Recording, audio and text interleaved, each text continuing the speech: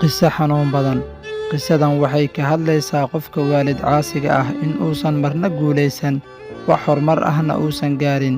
Qisadan waxay ka bilaabanaysaa sida tan. Waxaa hal meel ku wada noolaa hooyo da' ah iyo wiil ay dhashay.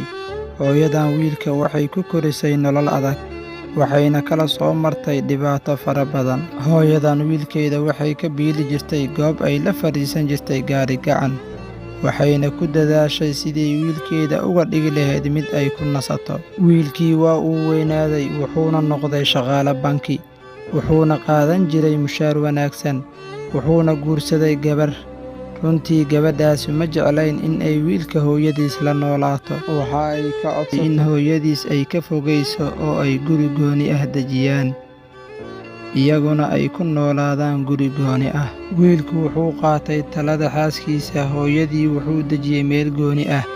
Wiilku wuxuu lacag u diri jiray hooyadii, wuxuuna sii jiray lacag aad u yar, balse marwadiisa wuxuu siin jiray una iibin jiray wax kasta ay weydiisato.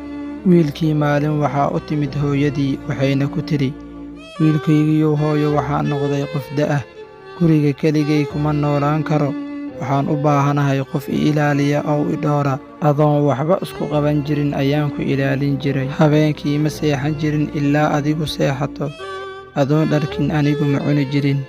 Xilliga aan da'da noqday miyaad i dayacaysaa?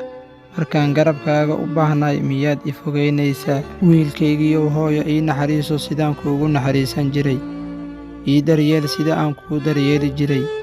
Miyaanan hooyadaa ahayn? miyaanan xaq kugu lahayn? maanan kaa mudnayn inaad i daryeesho? Hooyo ii naxariiso. Subxaanallaah, subxaanallaah, subxaanallaah. Hooyo hadalladaa kula hadashay, maxaad ka filaysaa in uu beddelkeeda ugu jawaabay? Halkii uu u naxariisan lahaa, soo dhowayn lahaa, xasuusan lahaa siday ugu sabartay dhibaatada ay ka soo martay, wuxa uu ku yidhi wiilkii caasiga ahaa hadalladan aadka u xun. Hooyo, waa runtaa waxa aad sheegayso oo dhan, balse waxaan been ahayn. Ani hadda buuq badan uma baahni. Aniyo xaaskayga ma rabno qof saddexaad oo culaysna saara. Hooyo, gurigaaga joog, halkaas geeridaada ku sugo.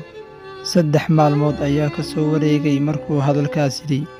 Wiilkii caasiga ahaa iyo marwadiisii waxay u baxeen safar, waxa ayna ku dhinteen safarkaas iyagoo ku guda jira. Hooyo waxay kula soo martay dhib aad u badan, adoo waxba qabsan jirin ayay had iyo jeer ku ilaalin jirtay.